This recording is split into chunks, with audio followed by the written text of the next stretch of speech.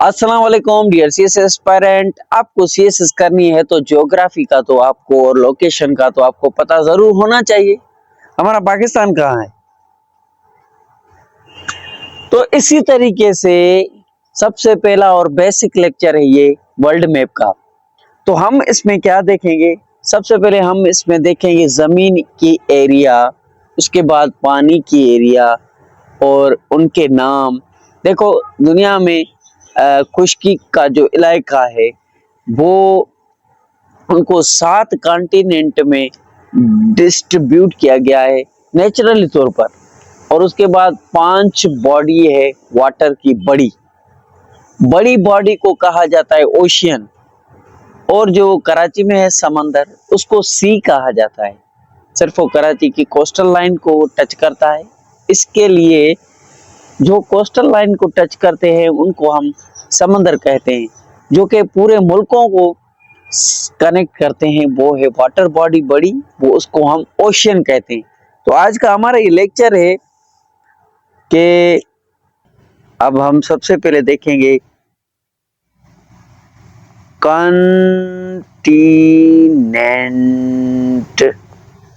Continents. कितने continent हैं पूरी दुनिया में। अब आपको मैं एक बात यहाँ पर मैप में समझाना चाहूंगा। देखो ये एक पेज है, ये अब हमारी दुनिया क्या है, इस तरह से गोल है, इस तरह से गोल है, ठीक है। अभी ये वर्ल्ड मैप पे है, ये गोल है, मैंने इसको इस तरह से ओपन किया, ठीक है। तो ये अभी आपके सामने सारे कॉन्टिनेंट ऐसे सीधे नजर आ रहे हैं, क्योंकि यहाँ पर भी पैसिफिक ओशियन लिखा हुआ है, उस साइड भी यहाँ पर भी पैसिफिक ओशियन लिखा हुआ है। अगर इनको मैं ऐसे मिला दूं तो ये दोनों पैसिफिक एक ही है। तो ये ओपन किया है इसके लिए ये दूर दूर नजर आ रहे हैं, कंफ्यूज मत होना, ठीक है। इसी तरीके से हमने वर्ल्ड मैप को ओपन करा है, सीधा रखा है, ठीक है। अभी देखो कॉन्टिनेंट कितने हैं। सबसे पहला बड़ा बड़ा कॉन्टिनेंट है एशिया, नंबर 1 पे एशिया, एरिया में बड़ा है, हर चीज में बड़ा है, ठीक है। नंबर 2 पर कौन सा है, नंबर 2 पर है अफ्रीका, ठीक है। आप यहाँ पर देखते जाएं, नंबर 2 पर अफ्रीका है।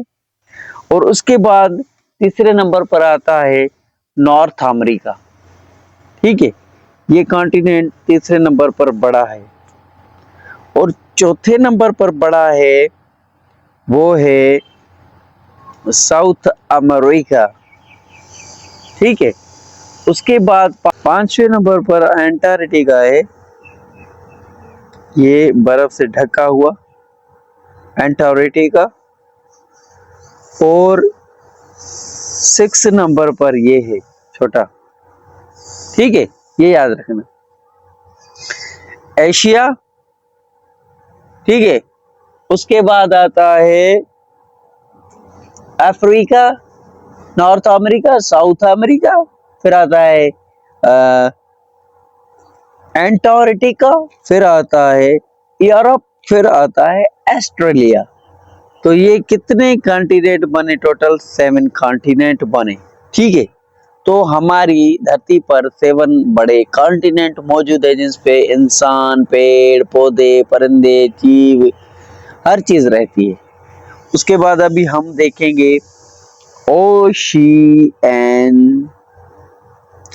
ओशियन देखने से पहले एक चीज आपको जरूर मालूम होनी चाहिए, क्योंकि हम जब सीएसएस के लिए पढ़ते हैं तो हमें मालूम होना चाहिए कि इसमें क्या क्या चीजें हम पढ़ेंगे। जब हम सिटीज, कैपिटल्स, करेंसीज पढ़ेंगे तो उस हिसाब से आपको पॉपुलेशन का पता होना चाहिए।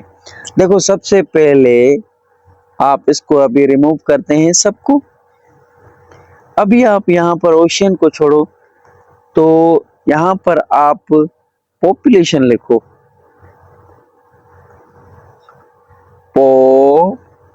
पॉपुलेशन। पॉपुलेशन में सबसे बड़ा कॉन्टिनेंट कौन सा है? पॉपुलेशन में सबसे बड़ा कंट्री एशिया ही आता है। दूसरे नंबर पर आता है, देखो बोर्ड पर देखो, दूसरे नंबर पर दूसरे नंबर पर आता है अफ्रीका। पहले नंबर पर पॉपुलेशन लोग ज्यादा रहते हैं एशिया में। उसके बाद इंसान बहुत ज्यादा रहते हैं अफ्रीका में। तीसरे नंबर पर कंटिनेंट बड़ा कौन सा था? North America. लेकिन हम आबादी की जब बात करेंगे तो सबसे ज्यादा आबादी यूरोप में है, क्योंकि यहाँ पर कंट्री बहुत ज्यादा है, बहुत ज्यादा कंट्री है नॉर्थ अमेरिका और साउथ अमेरिका से। उसके नंबर पर चौथे नंबर पर कौन सा आता है? चौथे नंबर पर आता है नॉर्थ अमेरिका। पांचवें नंबर पर आता है साउथ अमेरिका। अभी आप बताओ, सबसे छोटा कंटिनेंट है ऑस्ट्रेलिया, लेकिन आबादी एंटार्क्टिका से इस पे ज्यादा है। ठीक है, कंटिनेंट एंटार्क्टिका बड़ा है लेकिन ऑस्ट्रेलिया से बड़ा नहीं है। इसके लिए हम ये देखते देखो, ऑस्ट्रेलिया ऑस्ट्रेलिया एक बहुत ही अच्छा मुल्क है। यहाँ पर मुल्क भी है, कॉन्टिनेंट भी है। अब देखो, यहाँ पर 6 नंबर पर पॉपुलेशन में ये आता है, 7th नंबर पर ये। यहाँ पर बहुत ही थोड़े लोग रहते हैं एंटार्क्टिका में, क्योंकि ये पूरा बर्फ से ढका हुआ है। 1000 लोग रहते हैं, लाखों लोग नहीं। ठीक है, अभी हम बात करेंगे ओशियन की। ओशियन देखेंगे तो दुनिया में ओशियन कितने हैं? बड़े ओशियन, समंदर तो बहुत सारे हैं ओशियन। तो सबसे बड़ा ओशियन देखो, पहले नंबर पर आता है Pacific ocean, Pacific ocean, Pacific ocean. उसके बाद ये इस तरह से एटलांटिक ओशियन है। ठीक है, उसके बाद आता है तीसरे नंबर पर, मैं थोड़ा सफाई से लिखूं ताकि आपको समझ में आ जाए। ठीक है, ये इस तरह से ये लंबा था, ये कौन सा था? ये एटलांटिक ओशियन, ये दूसरा बड़ा समंदर है, ओशियन है। तीसरे नंबर पर आता है इंडियन ओशियन। ठीक है, इसका नाम है इंडियन ओशियन, जो हमारे पाकिस्तान, इंडिया, सऊदी अरबिया, ये श्रीलंका, ये सब कुछ को कवर करता है। ठीक है, तो ये तीसरे नंबर पर। चौथे नंबर पर समंदर ये बड़ा है, आर्कटिक ओशियन। ये चौथे नंबर पर सबसे बड़ा है, क्योंकि ये इसकी कोस्टल लाइन भी बहुत बड़ी मुल्कों को टच करती है। ये बड़ा है, बहुत बड़ा है। ठीक है, उसके बाद आता है सदर्न ओशियन। इसको सदर्न ओशियन आप बोल सकते हैं, सदर्न ओशियन। यहाँ पर इसको यहाँ से आता है। ठीक है, और इसको एंटार्क्टिका ओशियन भी कहा जाता है, इस समंदर को। ठीक है, आप मैप में सब कुछ देखें, सब कुछ क्लियर लिखा हुआ है, आप याद करें। सबसे पहले पैसिफिक ओशियन, उसके बाद आता है एटलांटिक ओशियन, फिर ऊपर आता है आर्कटिक ओशियन, फिर नीचे आता है सदर्न ओशियन, जिसको हम कहते हैं एंटार्क्टिका ओशियन, एंटार्क्टिका ओशियन कभी कह सकते हैं हम। फिर उसके बाद ये सामने आपके सामने है इंडियन ओशियन। ठीक है, तो ये आप याद रखें। उसके बाद हम नेक्स्ट, ये बेसिक चीजें थी। अब इनमें एक और चीज भी होती है, वो क्या होती है? वो चीज ये होती है कि थोड़ा एजुकेशन के हवाले से थोड़ी हमें मालूमात होनी चाहिए।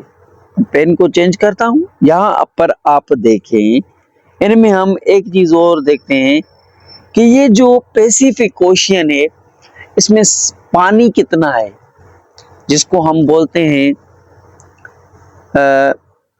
Volume of water.